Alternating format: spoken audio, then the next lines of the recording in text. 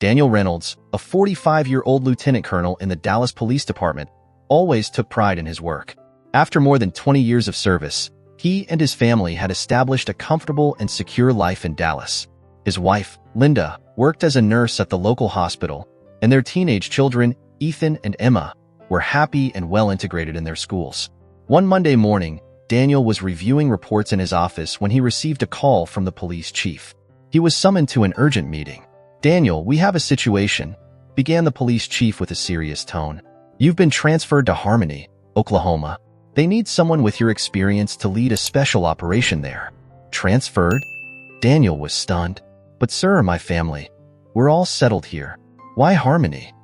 The request came directly from the governor. "It's a matter of necessity. I understand it's a change, but we believe you're the right man for the job." Daniel left the meeting feeling overwhelmed. He knew the move would be difficult for his family, but duty called. When he got home, Linda was in the kitchen preparing dinner, and the kids were in the living room laughing at something on TV. "Honey, we need to talk," he said with a serious expression. Linda looked at him worried. "What's going on, Daniel?" he sighed. "I've been transferred to Harmony, Oklahoma. We have to move in a month." Ethan and Emma heard and came into the kitchen. "Move to Oklahoma?" Ethan asked incredulously. "What about our friends in school?"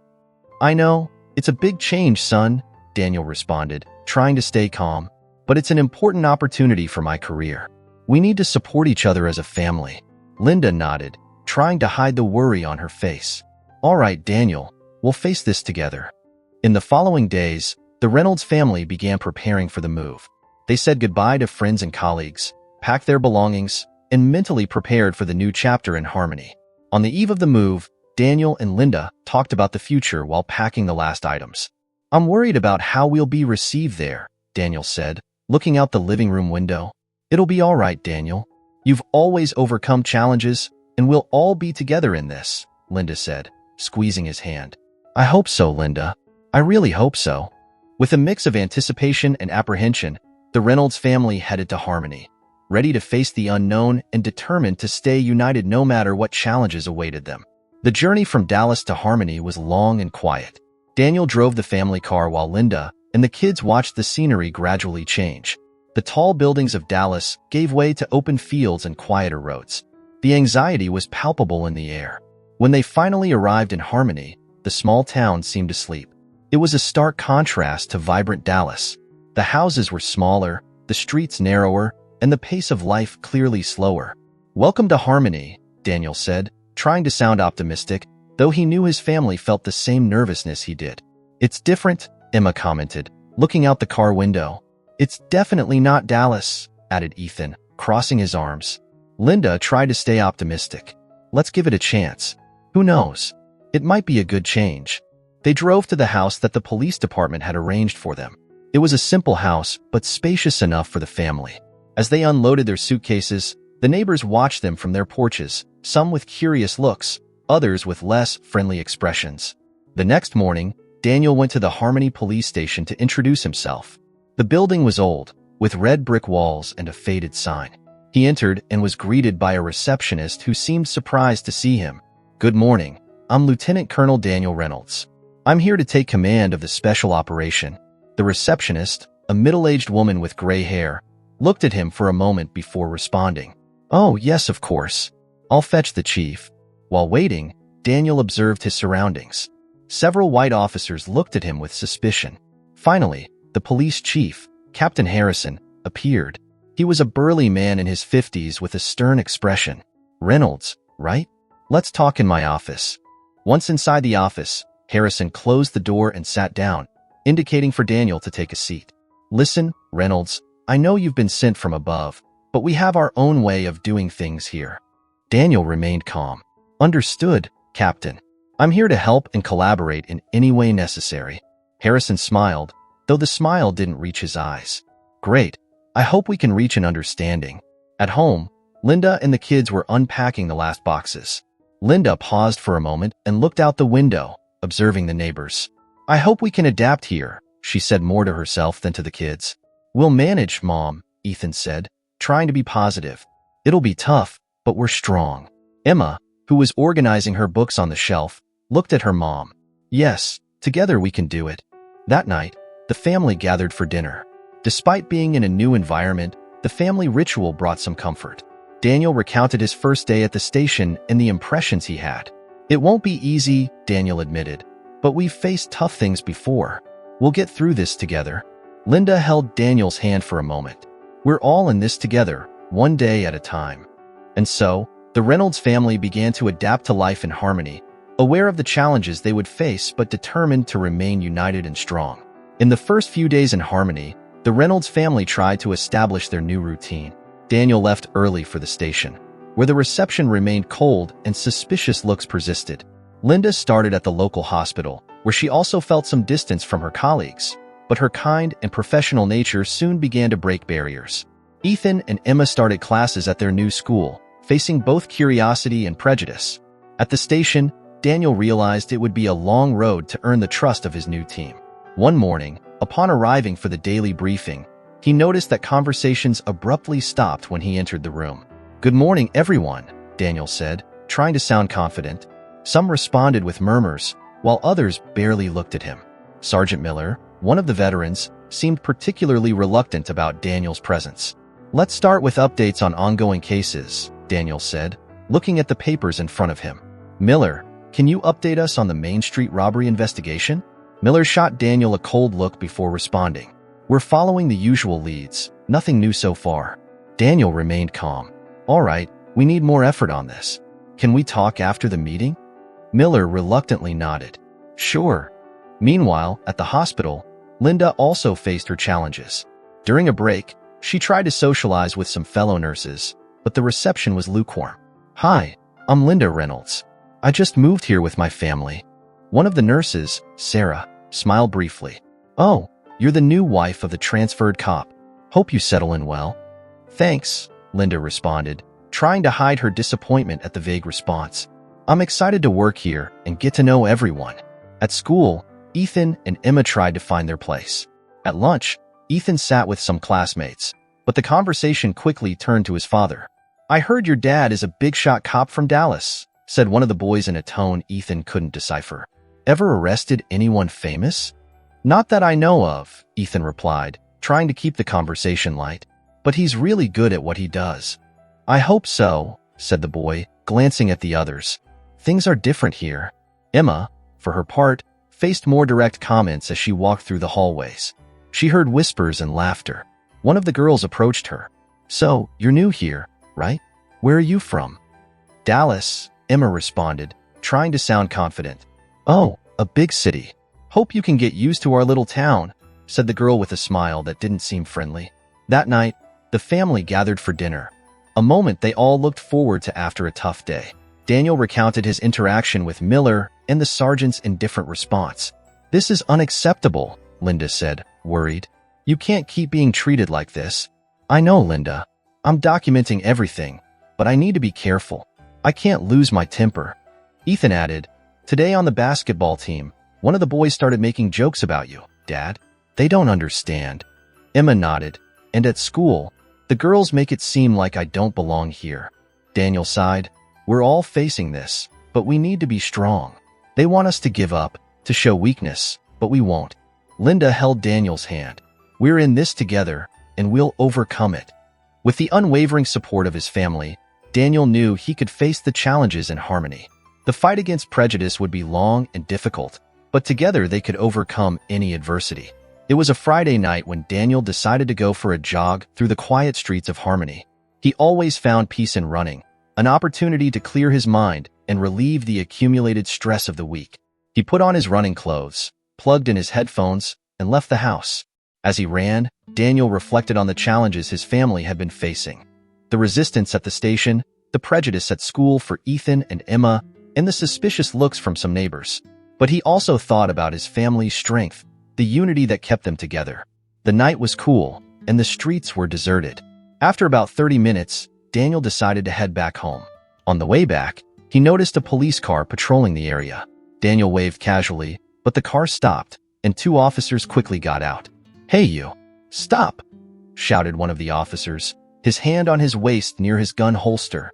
"What are you doing out here at this hour? You don't seem to be from around here." "Just jogging," Daniel responded calmly. I'm Lieutenant Colonel Daniel Reynolds, recently transferred to the Harmony Police Station. The second officer, a young man with a thin face, looked at him with suspicion. ID. Daniel took a deep breath, feeling the tension rise. I don't have my ID right now. I'm just jogging near my house. The first officer laughed disdainfully. Sure, Reynolds. Do you expect us to believe a guy like you lives in this neighborhood? Exactly, what do you mean by a guy like me? Daniel asked, keeping his voice firm. You know very well what I mean. Now, lie down on the ground, hands on your head, ordered the older officer. Daniel raised his hands in a calm gesture. Officers, this is a big misunderstanding. I am indeed a lieutenant colonel of the police. We can resolve this peacefully. Lie down on the ground now, shouted the young officer, pulling out his baton. Feeling the situation getting out of control, Daniel slowly kneeled and lay on the ground. The officers quickly handcuffed him, ignoring his attempts to explain. Quite a catch, said the older officer, giving Daniel a light kick in the side. Let's see what else we can find out about you. Meanwhile, at home, Linda began to worry about Daniel's delay. He usually didn't stay out this long. She called his cell phone, but there was no answer. Ethan, Emma, come here, Linda called, trying to hide the growing anxiety in her voice. What's wrong, Mom? Ethan asked, entering the room with Emma. Your father is taking longer than usual. I'm worried. Ethan grabbed the car keys. I'll look for him. He must be nearby. Emma took her mother's hand. He'll be fine, Mom. Ethan drove through the nearby streets, searching for Daniel when he saw the flashing lights of a police car in the distance. His heart raced. As he got closer, he saw Daniel handcuffed, being pushed into the back seat of the car. Dad, Ethan shouted, getting out of the car and running towards the officers. Son, stay calm, Daniel said, trying to appear composed. Please, get my ID from home and bring it here. The older officer looked at Ethan disdainfully. Who are you? I'm his son. I'll go get the ID now. Ethan ran back home, grabbed Daniel's wallet, and returned in a few minutes. He handed the ID to the officers, who finally verified Daniel's identity. Damn, muttered the young officer, realizing the mistake. The older officer looked furious, but knew they had made a big mistake. Take off the cuffs. Apologies for the misunderstanding, said the young officer, clearly uncomfortable. Daniel stood up, rubbing his wrists. This misunderstanding will not be forgotten. You will be held accountable. Back home, Linda hugged Daniel tightly, relieved to see him safe. Are you all right? She asked, her voice trembling. I am, but this cannot stay like this, Daniel said with clear determination in his eyes. They must be held accountable. Thus, the incident not only shook the Reynolds family but also ignited a flame of justice in Daniel, who knew that the fight against prejudice and Harmony was just beginning. After the humiliating incident, Daniel Reynolds returned home with a mix of frustration and determination. The situation he had faced the night before couldn't be ignored. He needed to act, not just for himself, but to ensure that others wouldn't go through the same thing. The next morning, the house was silent, each family member absorbed in their thoughts about what had happened. Daniel knew he needed to talk to everyone about the next step. Let's have coffee together, Daniel said, trying to sound calm. As they sat down at the table, Linda looked at him with concern. What are you going to do, Daniel? I'm going to report the incident to the police chief. They need to know what happened. Also, I intend to file a formal complaint. Ethan, visibly still affected by what he witnessed, looked at his father with admiration. Do you think this will change anything, Dad? Maybe not immediately, son, Daniel replied. But it's a start, and it's the right thing to do. After coffee, Daniel headed to the station. Upon entering, he felt the stares of his colleagues fixed on him. He went straight to Captain Harrison's office and knocked on the door. Come in, said Harrison without looking up from the papers in front of him. Captain, I need to talk to you about something serious that happened last night, Daniel said, closing the door behind him. Harrison finally looked up at him. What happened, Reynolds? Daniel recounted the incident in detail, from the approach of the officers to the humiliation he suffered. Harrison listened in silence, his expression growing more serious. This is unacceptable, Harrison finally said. Do you have witnesses? My son Ethan saw everything, and I want to file a formal complaint against the officers involved. Harrison sighed, running his hand through his hair. I'll take care of it. We'll investigate and take appropriate measures. Meanwhile, at school, Ethan and Emma were also dealing with the repercussions. During recess, Ethan was approached by Brian, the boy who used to mock him. "I heard your dad got detained last night," Brian said with a sarcastic smile. "It was a mistake," Ethan responded, trying to stay calm. "They didn't know who he was." "Yeah, I heard, but Ethan, sometimes, even if you're someone important, people will judge you by the color of your skin." Ethan looked at Brian, trying not to let his anger show. "My dad will do the right thing, and that will change things." Brian shrugged. "We'll see." At the station, the investigations began. Daniel continued doing his job, but the atmosphere was more tense than ever. Some colleagues began avoiding eye contact, while others looked at him with open disdain. He knew he was being closely watched. One afternoon, while reviewing reports, his office door opened abruptly. It was Miller. "Can we talk?" Miller said with an unreadable expression. Daniel nodded, indicating for Miller to sit down. "What do you want, Miller?" "I heard what happened," Miller began, avoiding Daniel's gaze. "I'm not going to lie, I don't like how things are changing around here, but no one deserves to go through what you went through." "It's good to hear that, Miller," Daniel said without expression. "But words aren't enough. We need action. This can't go on." Miller stood up, hesitant. "I know. I hope things change." That night, at home, Daniel and Linda talked about the next steps. "Do you think they'll really do something about it?" Linda asked, worried. "I hope so," Daniel replied. "But if they don't, we'll take it further. We'll go to the media if necessary. I won't let this go unpunished." Linda held Daniel's hand. "We're all with you. We'll get through this together."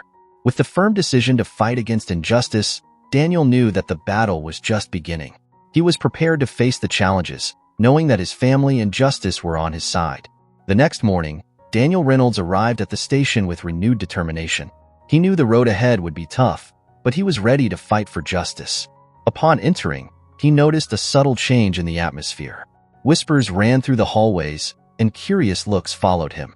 Captain Harrison had ordered an internal investigation into the incident, and the presence of external investigators at the station only heightened the tension. Daniel met with the lead investigator, Detective Harris, a middle-aged man with a keen eye. "Good morning, Lieutenant Colonel Reynolds," Harris said, shaking Daniel's hand firmly. "I'm here to conduct the investigation into what happened on Friday night." "Good morning, Detective Harris," Daniel responded. "Thank you for being here. I'm willing to cooperate in any way I can." Meanwhile, at school, Ethan and Emma were also dealing with the consequences of the incident. During history class, the teacher, Mrs. Brown, addressed the topic of civil rights and the fight against racism. Ethan knew that everyone in the room was thinking about him and his family. "We can learn a lot from history," Mrs. Brown said, "but we also need to reflect on what happens in our own lives and communities." After class, Brian approached Ethan again. "Man, looks like your family is in the middle of a storm." "Yes, and we're fighting for justice," Ethan responded, trying to stay calm. "This won't stop us." At the station, Daniel sat down with Harris and two other investigators, recounting the events of the night of the incident. "I was just running near my house," Daniel explained. "When the officers approached, I tried to explain who I was, but they didn't want to listen." Harris took detailed notes. "I understand. We'll speak with the officers involved and review what happened." As the investigation continued, the tension at the station increased. Many officers began to feel the pressure, knowing their actions were being scrutinized. Sergeant Miller, who had been reluctant from the beginning, now seemed more cautious. "Reynolds, can I talk to you?" Miller said, approaching Daniel in the hallway.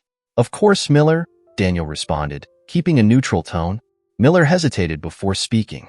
"I don't agree with everything that's happening, but no one deserves to go through what you went through. If you need anything, I'm here."